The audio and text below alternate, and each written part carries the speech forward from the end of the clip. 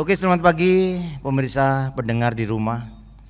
Ya, sebagai ini lagu karya sendiri, judulnya Kota Cantik Palangkaraya. Jadi semua orang atau semua masyarakat, khususnya warga Kota Cantik Palangkaraya, hukumnya wajib buang sampah pada tempatnya. Apalagi tamu-tamu juga wajib buang sampah pada tempatnya agar Palangkaraya Kota Cantik semakin cantik gitu ya.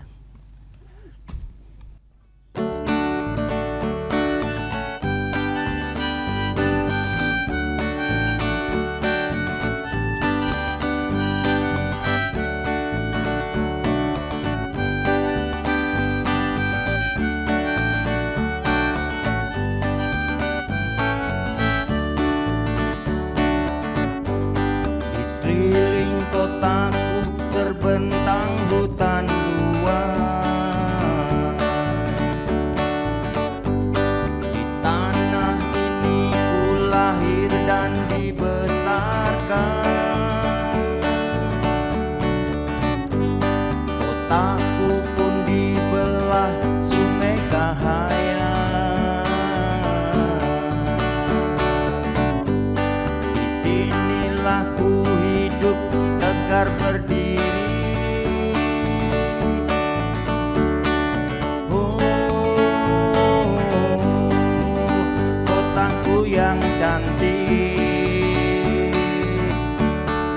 mari bersama-sama kita mempercantik.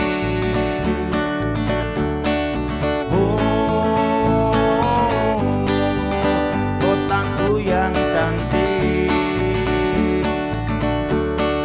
mari kita jaga bersama-sama. Buanglah sampah pada tempatnya, semakin cantik Palangkaraya. Bersatu padulah antar agama, semakin cantik Palangkaraya.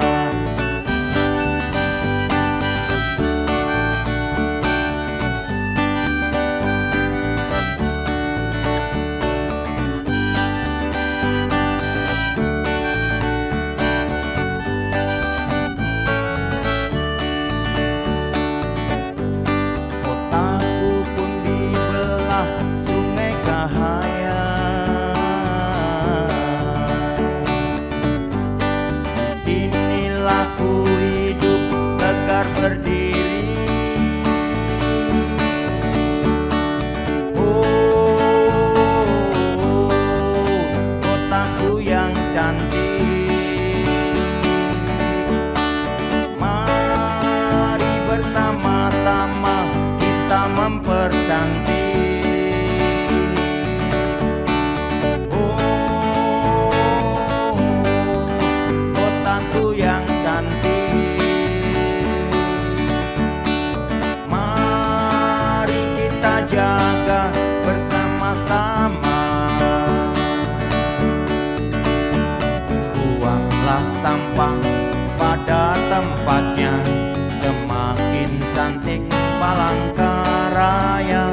Bersatu padulah antar agama, semakin cantik Palangkaraya.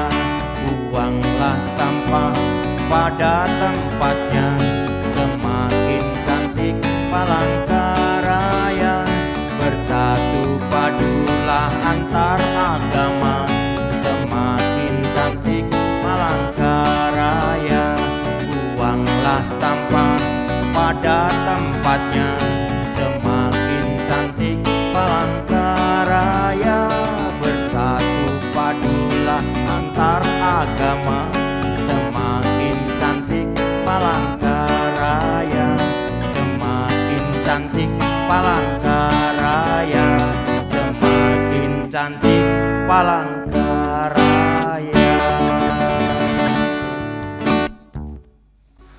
Ya, itu tadi pendengar sebuah tembang dari Bang Luis Arwando ya, sebuah karya yang juga diciptakan oleh beliau dengan judul Kota Cantik Palangkaraya.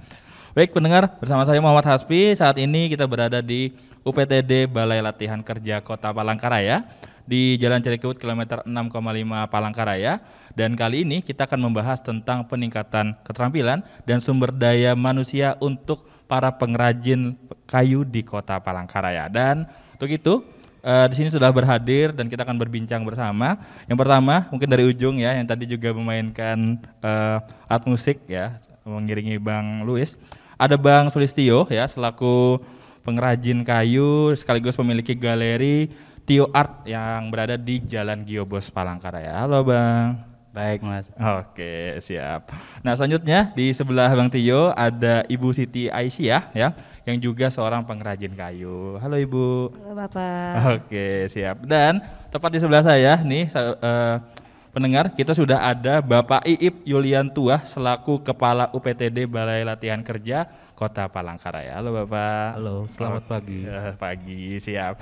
Nah, jadi untuk memulai kita akan berbincang dulu dengan Bang Tio dan juga Ibu Siti ya selaku pengrajin kayu. Nanti baru kita akan ngobrol bareng sama Pak Iip ya.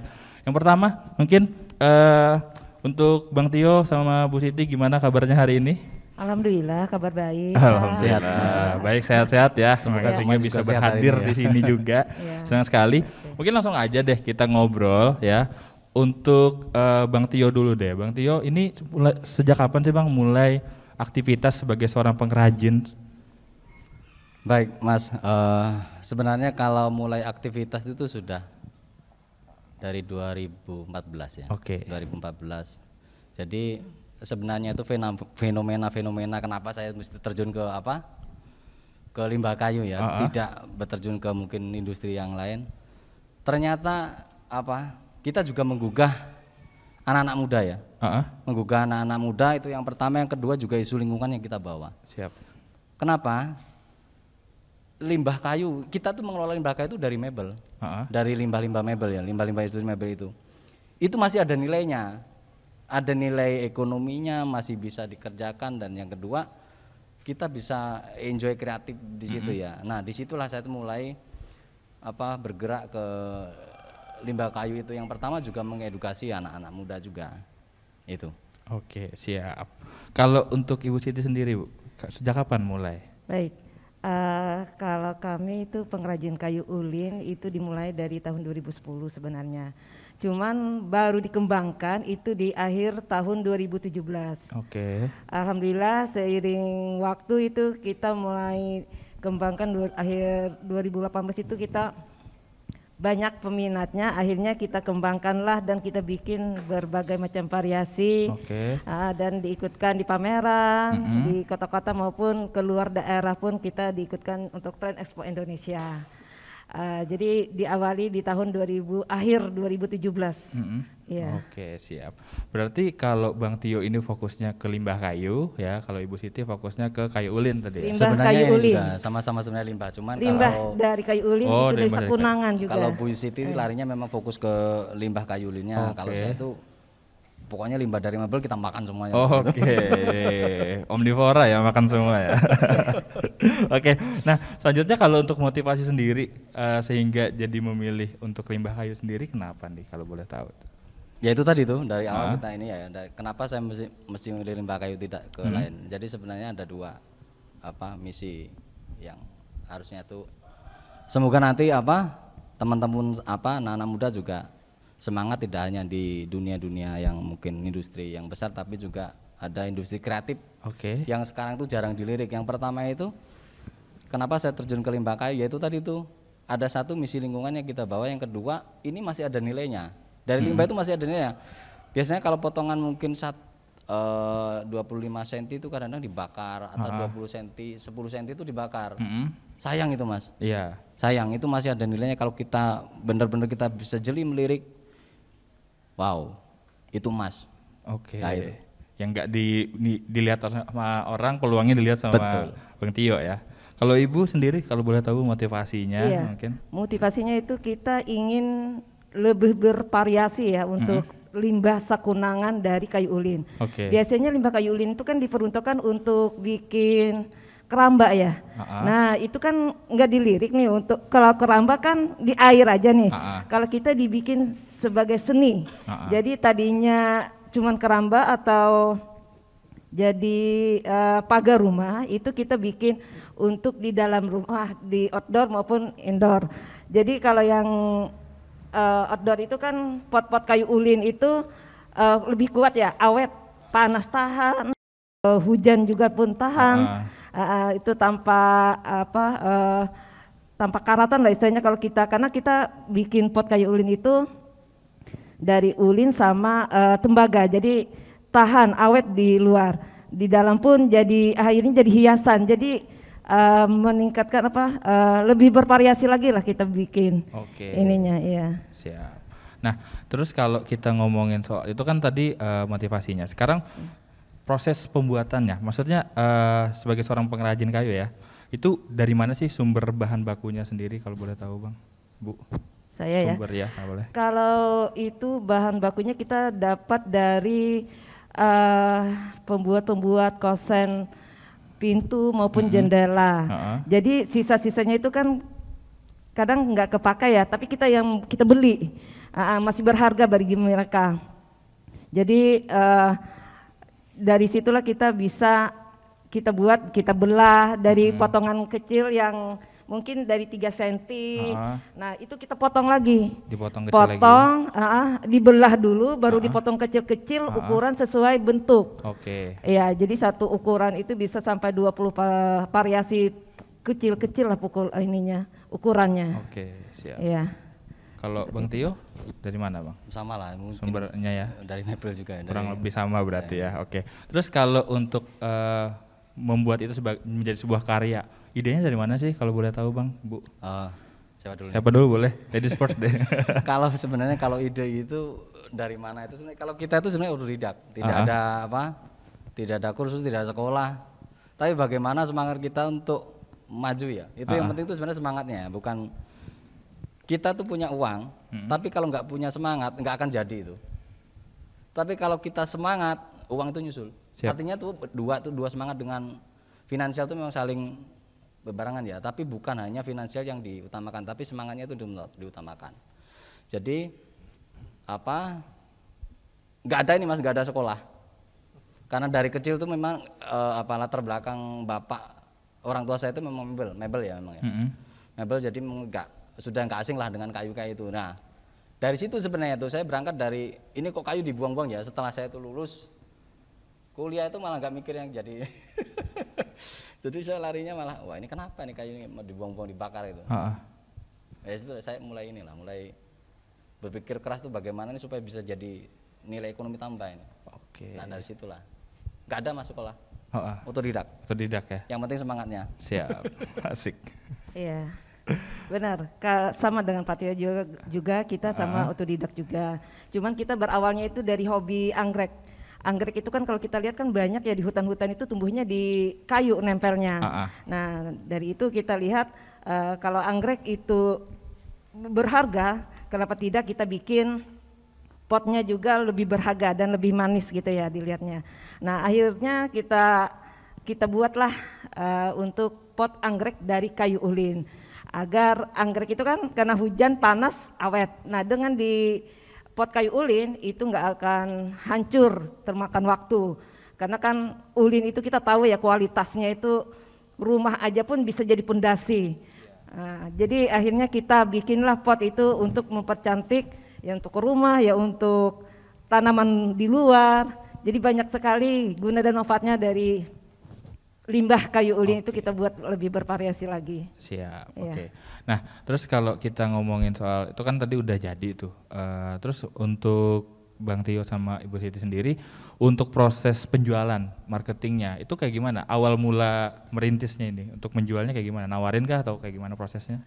Iya, kalau saya itu tadinya sih membuat pot kayu ulin itu bukan untuk dijual, tapi untuk konsumsi sendiri. Karena kita kebetulan kita banyak tanaman di rumah berupa anggrek ataupun aglonema.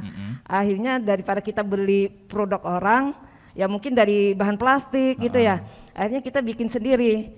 Nah, karena kita sering kunjungan orang teman-teman ke rumah, akhirnya banyak teman-teman yang suka dengan kreasi kita. Disitulah awalnya jadi kita membuat lebih banyak dan lebih bervariasi lagi bentuk dari yang kecil sampai pun yang besar. Oke. Siap. Iya. Kalau Bang Tio gimana? Sebenarnya kalau proses itu kan proses ya. Penjualan itu melalui proses yang panjang kalau saya tuh. Jadi tidak tidak semata-mata langsung bisa. Kita tuh bikin dijual, enggak ya Mas saya tuh. Saya tuh pengen pertama yaitu tadi mengedukasi dulu lah. Saya tuh bangun tidur di jalan, pertama saya bikin tuh kapal lampu. Nabur itu bekas bekas gergajian tuh Pak yang halus itu. Saya pola dulu, saya tabur pakai lem putih itu dicampur. Saya tabur itu. Ada orang lewat, Pak bikin apa? Bikin mainan. Lewat lagi, Pak bikin apa? Mainan. Sudah jadi satu saya pasang. Ada lempar, Pak itu bagus Pak. Ya kemarin saya bikin mainan itu gitu. Saya bikin kap lampu itu lama Pak tidak payu. Tidak laku itu. Hampir 3 bulan lebih lah itu bisa nggak payu itu. Ya sempat ini juga.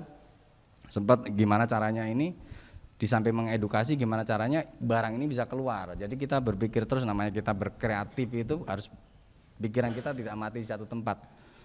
Saya bikin inovasi baru tidak dari serbuk tapi mulai dari potongan-potongan itu. Nah, dari situ ada satu customer waktu itu pesen plakat ya. Tak suruh ke galeri. Karena di galeri itu sudah mulai banyak variasinya. Jadi kalau pesen lewat diantar saya tuh wah nanti nggak bisa melihat di galeri kecil saya itu. Jadi tak suruh ke galeri. Nah ternyata dari situlah yang lampu-lampu tak bikin itu payu. Jadi begitu orang itu mau beli plakat satu ternyata dia beli lagi kap lampu. Jadi akhirnya kap lampu itu dibawa ke Jakarta. Waktu dibawa ke Jakarta kebetulan memang waktu itu beliau tuh ada di sini.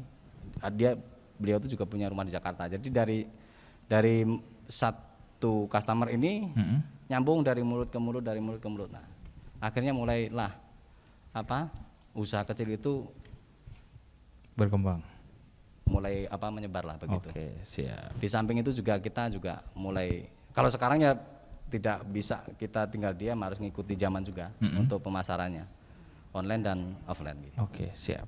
Nah, tadi kalau sempat disinggung juga sama Bu Siti bahwasanya salah satu produk yang dibuat adalah pot ya. Iya, Nah, terus apa aja Bu? Mungkin Bang Tio juga boleh menambahkan apa aja hasil dari kerajinan dari Ibu sama Bang Tio yang sudah dibuat sampai saat ini? Iya.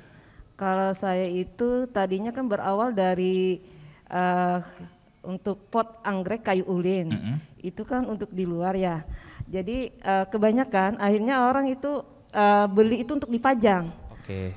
Tadinya kita nggak di amplas gitu ya. Akhirnya karena kalau di luar kan jarang disentuh.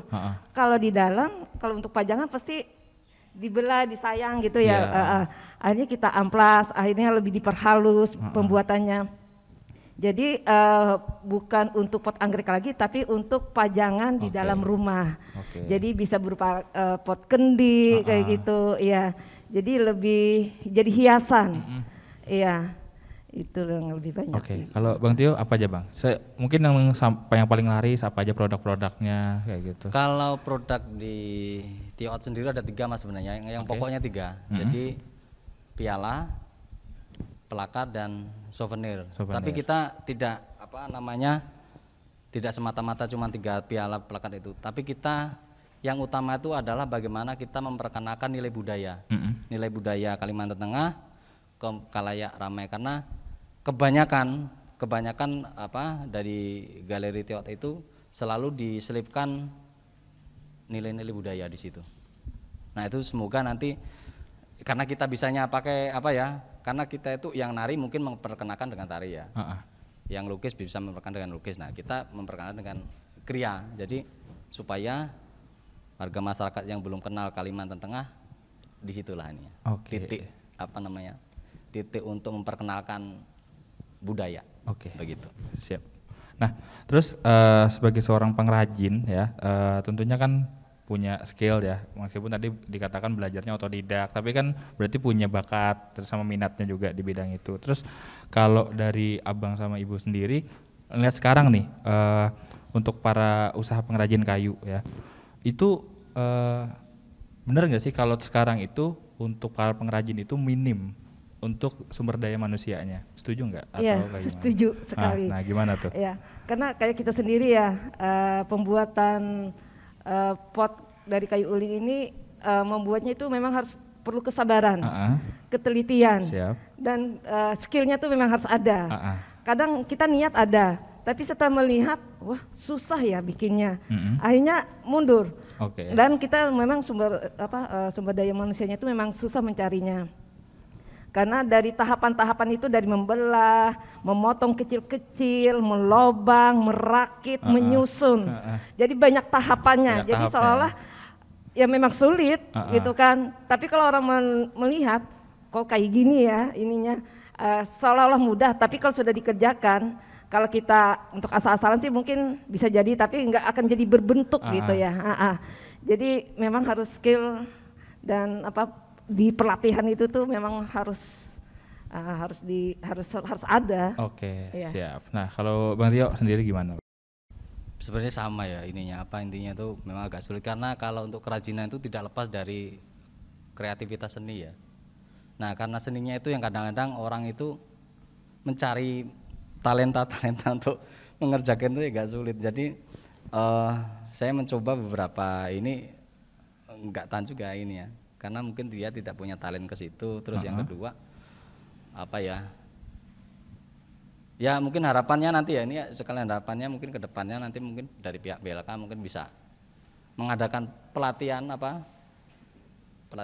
yang memang berbasis ke limbah ya, karena di Palangkaraya sendiri memang sangat minim untuk perajin limbah kayunya, dan sebenarnya potensinya juga sangat luar biasa. Sebenarnya kalau nilainya tuh lebih besar daripada limbah itu, daripada mungkin bikin kusen, pintu gitu ya.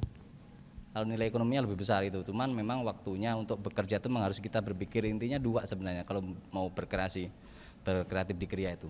Satu bisa gambar, tapi bukan gambar yang ini ya enggak, tapi bisa sket. Satu bisa sket, yang kedua bisa gergaji, udah cukup. Yang lain itu ngikuti aja, tapi kalau nggak bisa gambar sulit juga. Karena untuk kita melanglang buana pikiran itu kan harus imajinasi, kan harus gambar tuh. Nah itu sih. Oke, siap. Tadi sempat disinggung juga sama Bang Tio tentang harapannya ya. Nah terus kalau mungkin saya tanyakan lagi untuk harapan kedepannya, terutama mungkin buat ini ya, kasus yang kurangnya para pengrajin, terutama pengrajin muda. Untuk saat ini harapannya kedepannya mau kayak gimana nih? Mungkin Bang Tio sama Bu Siti. Sebenarnya kalau harapan kita itu ya mungkin ada ini kebetulan Pak ya, ada siswa-siswa ya yang belajar ini Pak ya, belajar di BLK ini pas bangunan ya. Jadi setelah bekerja di bangunan itu limbahnya jangan dibuang. Coba dibikin kreasi apa itu ya. Jadi kalian ada dua nilai ekonomi yang tambah. Jadi selain mungkin kusen, pintu, jendelanya sampai dapat, nilai ekonomi tambahannya sampai bisa berkreasi di limbahnya. Itu harapannya. Yang kedua yaitu tadi mungkin semoga pemerintah juga bisa menjembatani tentang kekurangan tenaga kerja ya, tenaga kerja terampil untuk di bidang limbah kayu lah, paling nggak di kriya lah begitu. Oke, kalau Ibu Siti harapannya untuk kedepannya? Harapannya itu memang kalau untuk memanfaatkan limbah-limbah itu memang ada niatnya untuk mengembangkan dari limbah-limbah yang enggak kepakai itu bisa lebih bermanfaat dan bernilai jual lebih gitu ya dari yang sebelumnya. Jadi dengan adanya pelatihan ada di sini mungkin lebih ditingkatkan lagi, di sini dapat latihan dan di luar pun kita bisa mengembangkan sendiri dari pelatihan-pelatihan yang ada. Mungkin mengembangkan diri sendirilah istilahnya. Oke, siap. Terima kasih Bang Tio, Bu Siti. Udah ngobrol banyak juga kita dan pendengar ya. Tadi perbincangan kita bersama dengan Bang Sulistyo, pengrajin kayu dari Galeri Tio Art ya. Terus juga bersama Bu Siti Aisyah ya, seorang pengrajin kayu juga. Tetap bersama kita di program siaran DBU System, dan kita akan dengarkan lagi lagu yang akan dibawakan sama Bang Luis Arwando ya, musisi Kota Palangkaraya dengan judul Ojo Dibandingke. Ini dia. Oke, ini cerita sedikit ya. Segala sesuatu jika ditekuni akan menghasilkan. Jadi kita harus punya apa? Prinsip yang kuat. Jangan mudah goyah. Ini pindah itu lagi, nggak akan jadi. Ini contoh aja seorang Louis ya. Sejak SD sudah menekuni gitar, keliling Indonesia gara-gara main gitar. Sudah sampai Raja Ampat, Ambon dan sebagainya. Gratis, naik Garuda. Yang hafal boleh nyanyi ya. Wong kong ngene kok dibanding-bandingke, saing-saingke ya mesti kalah. Tak ya aku ya ora mampu, mung sak kuatku mencintaimu. Ku berharap engkau mengerti, di hati ini ada di RRI.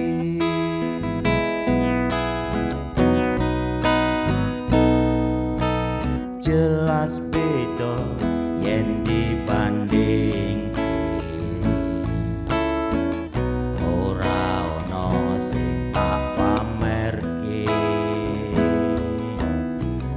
Aku ra iso yen kon gawe-gawe, jujur saonone.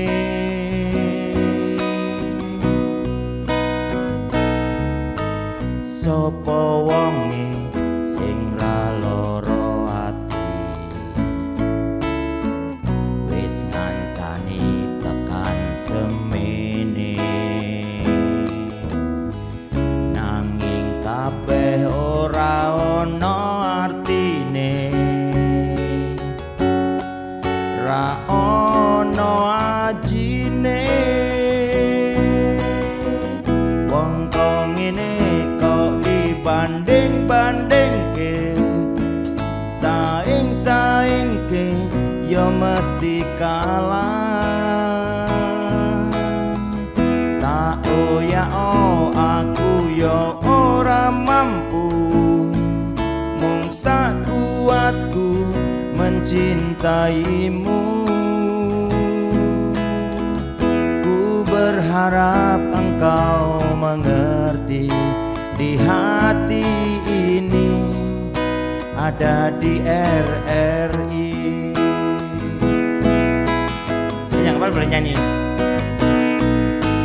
Jelas beda yen dibanding, ora ono sing tak pamerke. Aku ra iso yen kon gawe-gawe, jujur saonone.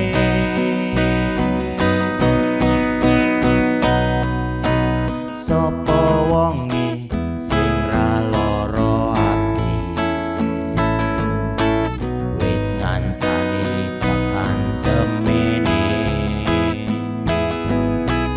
Nanging kabeh ra ono artine, ra ono ajine.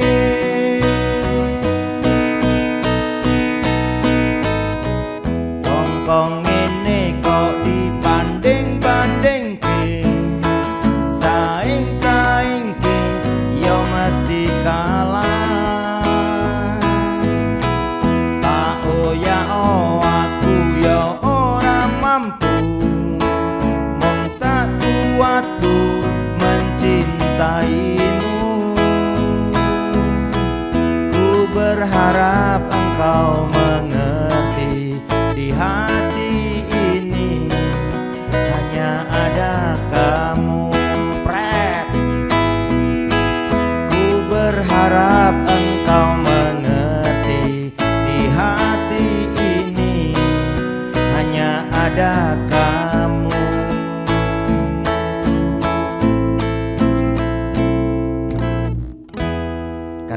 ada di RRI dari 2009. Oke, pendengar, dan kita masih di siaran khusus DBU System dari UPTD Balai Latihan Kerja Kota Palangkaraya di Jalan Calikriwut kilometer 6,5 Palangkaraya. Dan setelah tadi kita mendengarkan cerita tentunya dari Bang Tio dan juga Ibu Siti terkait dengan tantangan bagi para pengrajin kayu yang mana memang perlu meningkatkan skill dan juga keterampilan khusus untuk para pengrajin muda.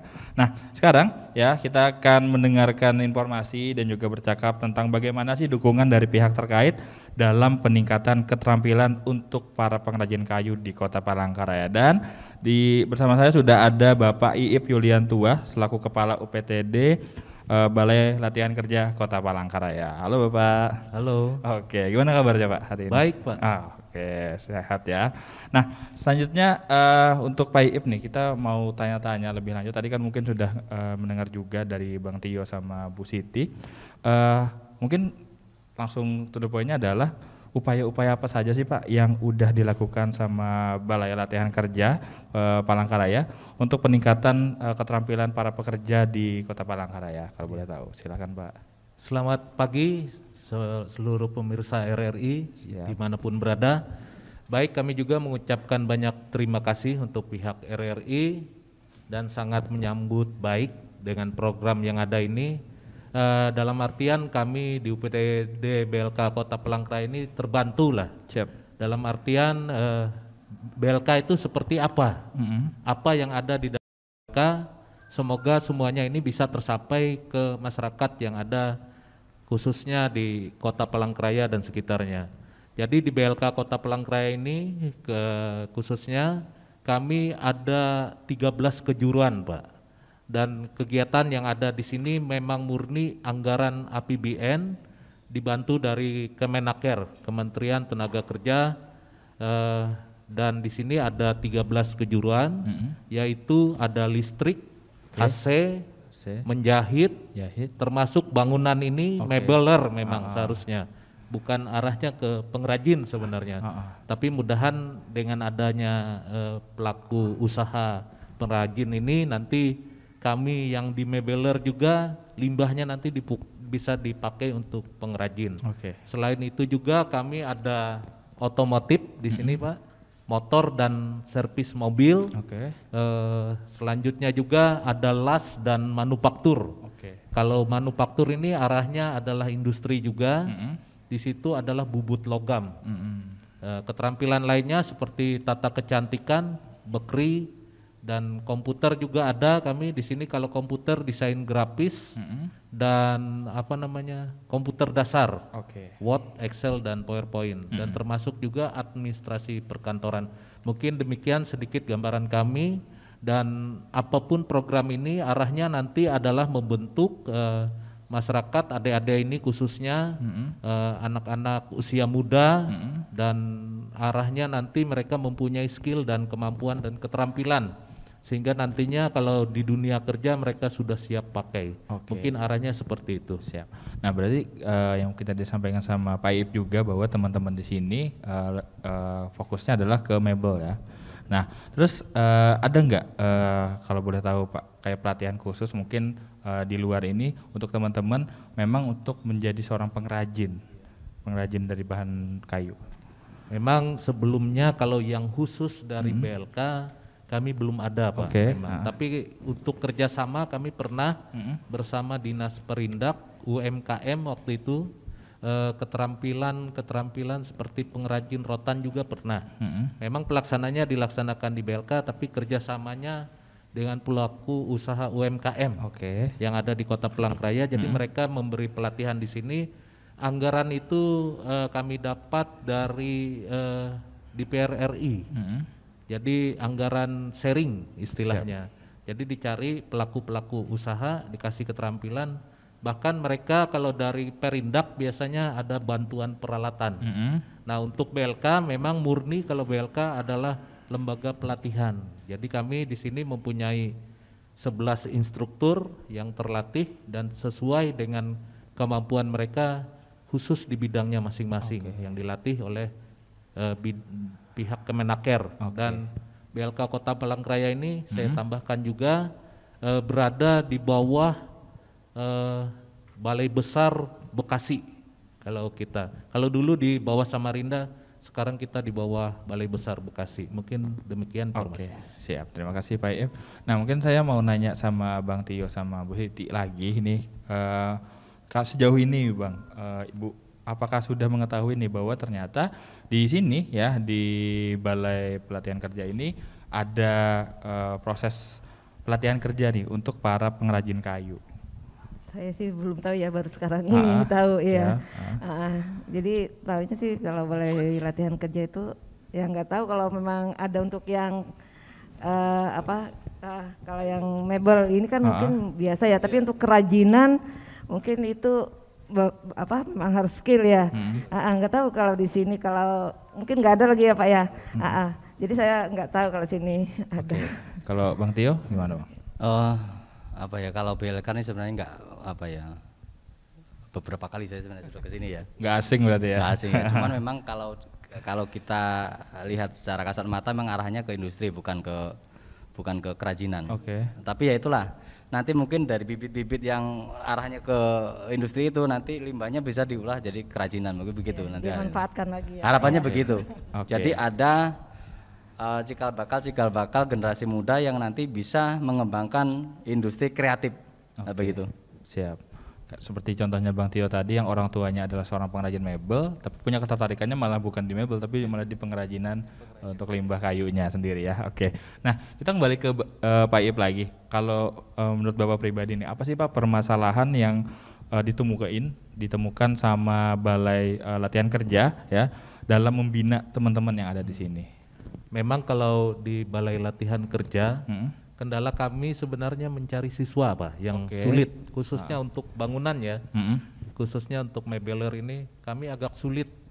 Bahkan waktu itu pelatihan itu kami buka sempat dimundur, karena siswa yang kami cari itu belum terpenuhi. Peminatnya memang susah, seharusnya ini adalah peluang yang bagus sebenarnya. Intinya kalau kami kan pinginnya bukan menjadi pekerja lagi, tapi sebagai pelaku usaha. Arahnya seperti itu. Nanti gunanya ya buat merekrut tenaga kerja yang lebih banyak. Itu. Jadi kami kemarin lebih banyak minta bantu ke Universitas Palangkaraya, karena di sana ada prodi mesin dan bangunan. Jadi siswa di sini sebagian memang ada juga dari sekolah kejuruan, alumni kejuruan yang memang ada juga yang tidak melanjutkan sekolahnya, putus sekolah. Jadi dikasih keterampilan nanti buat bekal mereka. Mungkin itu yang kami sampaikan. Kendala kami seperti itu yang ada. Siap. Jadi kembali kendalanya ke sumber daya manusia ya. Nah, sekarang kalau dari pemerintah sendiri Pak, kalau boleh tahu ya, pemerintah terkait untuk peningkatan keterampilan teman-teman di sini ada bentuk bantuan seperti apa kayak gitu? Kalau di BLK memang murni ilmunya yang dikasih, tidak ada bantuan berupa peralatan atau apa. Kalau kepinginnya saya pribadi ya, saya pernah menyampaikan waktu di rakor kami di kementerian, kalau bisa mereka ini selain dikasih ilmu paling tidak ada stimulan awal berupa peralatan untuk membuka usaha. Nah, itu kalau kepinginnya saya, penyampaian kami di rakor di tingkat kementerian ya, karena kami biasanya di akhir tahun dipanggil rakor buat anggaran tahun 2023. Jadi kalau di BLK ini memang murninya pelatihan, dan dari BLK ini biasanya mereka mendapat 2 sertifikat. Yang pertama nanti ada sertifikat dari BLK, kalau mereka kompeten mereka bisa lanjut untuk uji kompetensi. Jadi uji kompetensi itu yang dikeluarkan dari lembaga BNSP untuk penilai mereka. Jadi kalau mereka masuk ke dunia perusahaan itu diakui. Karena lambang sertifikatnya udah lambang Garuda nasional dia. Jadi kalau untuk masuk ke perusahaan mereka lebih mudah. Jadi memang peluang teman-teman ini lebih besar karena memang tersertifikasi langsung sertifikasi. Ya. Dan resmi tentunya. Oke. Nah, tentunya mungkin buat para pendengar sekalian yang mungkin tertarik nih Pak, mungkin bagaimana sih Pak untuk prosedur ya atau tata cara prosesnya untuk bisa mengikuti proses pelatihan yang diadakan sama Balai Latihan Kerja Kota Palangkaraya? Kalau BLK Kota Palangkaraya memang banyak menginformasikan kegiatannya di sosial media. Oke. Jadi bisa nanti dibuka di FB, Facebook BLK Kota Palangkaraya atau IG BLK Kota Palangkaraya dan Gmail kita juga ada. Oke. Selain itu kami juga biasanya kalau ada kegiatan kami kunjungan lah ke kelurahan-kelurahan atau kecamatan yang ada di Kota Palangkaraya menyampaikan program yang ada di BLK dan murni pelatihan di sini gratis, tidak dipungut biaya. Oke. Jadi kalau teman-teman udah daftar tuh, udah menghubungi lewat media sosial, apa yang proses selanjutnya Pak? Yang selanjutnya biasanya karena ada beberapa kejuruan, memang kejuruan apa namanya favorit ya. Kalau di sini kejuruan favorit itu yang memang banyak pesertanya itu bekri, menjahit, komputer. Biasanya itu banyak peserta yang mau ikut, sementara kota kami terbatas. Untuk satu kejuruan itu cuma 16 orang. 16 orang. Jadi kami biasanya melakukan tes seleksi dan wawancara untuk mendapatkan 16 orang tadi. Oke. Dan nanti mereka peserta ini wajib mengisi ke akun pelatihan Kemenaker Go ID. Jadi aplikasinya namanya Sisnaker. Ya, jadi mereka harus masuk ke sana dan terdaftar. Jadi apabila siswa itu tidak terpenuhi 16 orang tadi, pelatihan tidak bisa berjalan. Oh, berarti harus 16? Harus 16 orang, karena kotanya memang harus 16 orang. Kalau belum terpenuhi, otomatis tidak bisa dilaksanakan. Ya, 15 nih ya Pak ya? Ya, itu karena Kemenaker mungkin membuat aplikasi itu menghindar hal yang tidak baik. Takutnya nih peserta 16 kita laksanakan cuma 10 orang. Dengan masuk di aplikasi itu bisa terkontrol semua. Bahkan kegiatan-kegiatan yang ada, kalau kami kan ada dokumentasi. Dokumentasi itu langsung upload melalui situ juga. Langsung dari aplikasinya. Jadi apapun kegiatan di sini itu tiap hari ada pelaporannya. Itu mungkin yang saya sampaikan. Dan murni di pelatihan sini gratis, tidak ada biaya. Mereka nanti mendapatkan 2 sertifikat, terus dapat modul, tas, ada pakaian juga. Oh, jadi udah disediakan semua ya Pak ya? Kalau tahun kemarin ada bantuan transport Pak. Wah, motor Pak? Bantuan transport.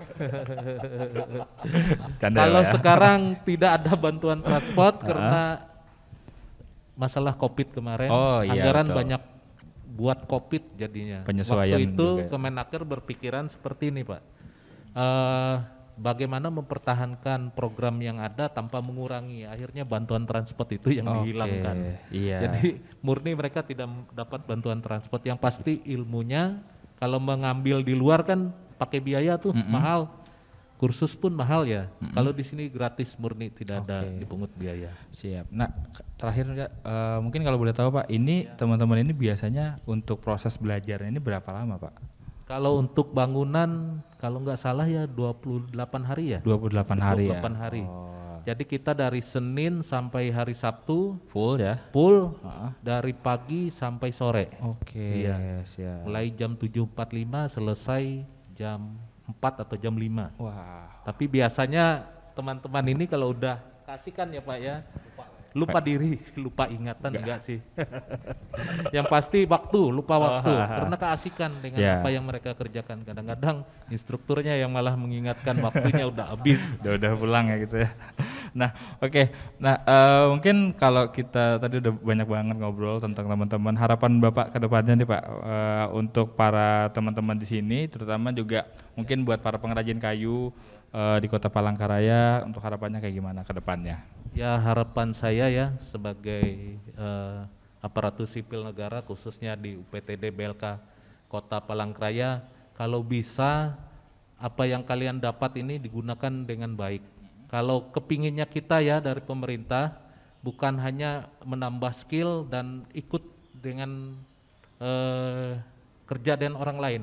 Kalau memang bisa sebagai pelaku bisnis, karena nantinya lebih enak dan bisa merekrut banyak tenaga kerja. Tadi juga disampaikan oleh Mas Tio sama Bu Siti. Kalau bisa ya Mas Tio, harapan juga Bu Siti, teman-teman ini nanti bisa main ke galerinya Ibu dan Bapak, dalam artian menimba ilmunya. Kalian dapatkan dasarnya nih, udah nih di bangunan, di kayu udah dapat dasarnya. Jadi untuk apa namanya istilahnya, pelaku seninya mereka ini. Jadi mainlah ke tempat mereka, cari ilmu yang banyak, nanti gunanya dan bekalnya buat kalian juga. Mungkin demikian dari saya terima kasih. Oke, siap. Nah, sekarang saya beralih ke Bang Tio sama Bu Siti lagi. Kalau dari Bang Tio mungkin sama Bu Siti, harapannya ke depannya untuk balai ya, balai pelatihan ini mau kayak gimana nih Pak?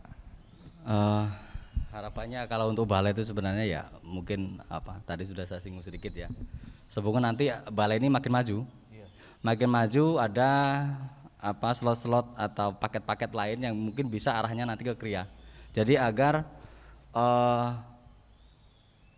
pelaku kreatif itu tidak hanya mandek di otodidak, tapi ada yang membina ya. Mungkin ada teman-teman yang lain pengen belajar kriya, itu bisa ditampung di Balai Latihan Kerja, mungkin gitu harapannya.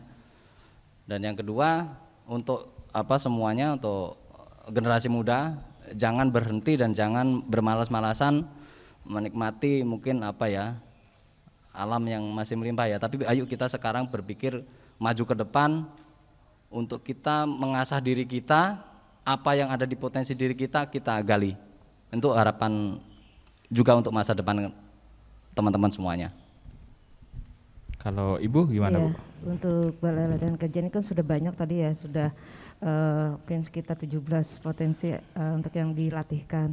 Ya seandainya pun ditambah pun ya alhamdulillah, saya nggak tahu juga apa yang harus disampaikan yang ditambah. Mungkin untuk pembekalan diri aja mungkin ya kayak handmade itu kan tergantung kita mau mengembangkannya seperti apa. Jadi ya mungkin itu aja sih, harus pengembangan diri sendiri aja yang harus kita inikan. Kalau Balai Latihan Kerja sudah banyak potensi yang sudah dipersiapkan. Ya mungkin itu aja Pak. Oke, terima kasih Bang Tio, terima kasih Ibu Siti, terima kasih banyak buat Pak Iip Yulian ya yang juga mau meluangkan waktu tentunya di hari ini buat ngobrol bareng sama kita. Dan tentunya tadi kita udah ngebahas juga terkait pelatihan yang dilakukan sama Balai Latihan Kerja Kota Palangkaraya. Dan demikian pendengar, wawancara saya bersama dengan Bapak Iip Yulian Tuah selaku Kepala UPTD Balai Latihan Kerja Kota Palangkaraya, dan juga tentunya saya sudah wawancara juga bersama dengan Bang Sulistio selaku pengrajin limbah kayu sekaligus pemilik galeri Tio Art yang berada di Jalan Giobos Kota Palangkaraya, dan bersama juga dengan Ibu Siti Aisyah ya, seorang pengrajin kayu. Lagi terakhir nih ya. Ya segala sesuatu jika kita tekuni dengan baik, dengan benar akan menghasilkan. Tidak ada jeleknya walaupun sekarang belajar pertukangan, namun dikembangkan jadi seni kan juga bisa ya. Masih ada hubungannya dengan kayu. Seperti Louis dulu kuliahnya di keaktoran. Pernah lihat film Jagat Gili Jode sama Gus Ringo, Louis juga main di situ. Namun malah di musiknya yang berubah. Joko tingkir ngombe dawet, jadi pikir marai mumet, ngombe jamur neng bawage, pantang mundur terus nyambut gawe, pantang mundur terus nyambut gawe.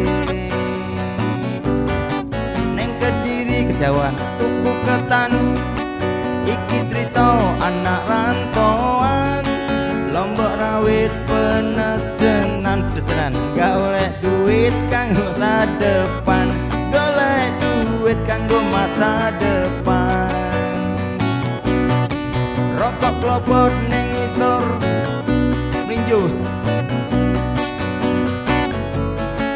tuku donat ning Kalimantan, tetap semangat kanggo masa depan, tetap semangat kanggo masa depan.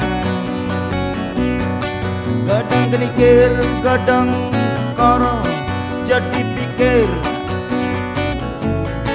mangan jamur mangan koro. Aku jujur kowe ra percaya, aku jujur kowe ra percaya.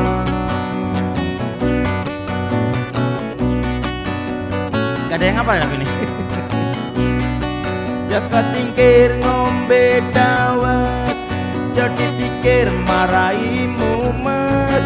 Gopek jamur ning bawake, pantang mundur terus nyambut gawe, pantang mundur terus nyambut gawe. Neng Kediri tuku ketan, iki cerita anak rantoan. Rombok rawit pedes tenan, golek duit kanggo masa depan, golek duit kanggo masa depan. Rokok klopor neng ngisor wit mlinjo, paling ngotot tinggal anak bojo. Tuku donat neng Kalimantan, semangat kanggo masa depan, tetap semangat kanggo masa depan.